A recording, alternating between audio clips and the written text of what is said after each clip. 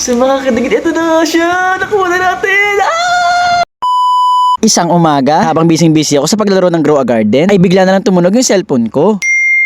Nakatanggap ako ng notification email kay YouTube. Ang sabi ay 100,000 subscribers na daw ako. At hindi ako makapaniwala. Mag-wait lang daw ako ng ilang araw o linggo. Makaka-receive daw ako ng silver play button. After 11 days lang.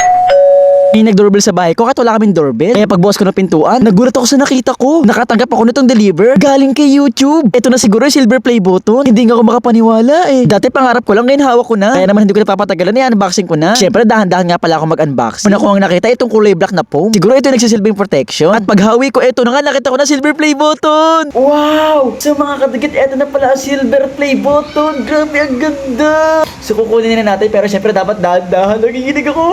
Ito na siya guys. Ito na. Wow! So mga kadagit, ito na siya. Nakuha na natin. Ito na. Grabe mga kadagit, ito na ang ating silver play button. Grabe, ang ganda. Hindi pwede tayo magsalimin dito. Ayun ako. Tapos silver talaga siya. Grabe, ang lamig niya pag hinahawakan. Kasi ito talaga nakasulat guys. Presented to Kuya Dugs for passing 100,000 subscribers from YouTube. Grabe, akala ko di ko makakakuha ng ganito. Pero dahil sa inyo, nakakuha ko na ito. Sobrang saya ko. Okay sa mga kadagit, bukod dito sa silver play button, ayan, meron din pinadalang letter. So letter siya na pinadala sa atin ni YouTube para i-congratulate niya tayo. Kung babasahin niyo yung message, para pinapareminis pa tayo ni YouTube. Pinapareminis pa tayo na, alala mo ba yung 100 subscribers mo, 1,000 mo. Ngayon, naka 100,000 subscribers ka na. Eto, kinakongratulate tayo ni YouTube. Grabe, thank you YouTube!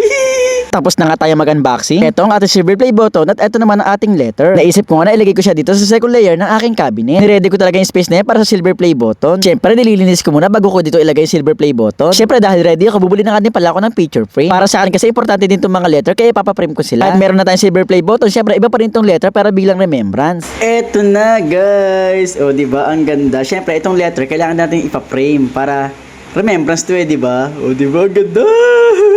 So ito namang YouTube guys, so wala kasing frame na kasya dito, kaya ang gagawin ko na lang, so ito, ibabalik ko na lang siya sa plastic kasi ayaw ko siya magasgasan. Syempre ayaw ko siya magasgasan, di ba, baka pumangit. Kaya ito, babalik ko lang siya sa plastic. Tapos, bumili nga pala ako nitong patungan ng frame kasi hindi ko siya isasabit kundi itatayo ko lang siya dito, parang ganyan no.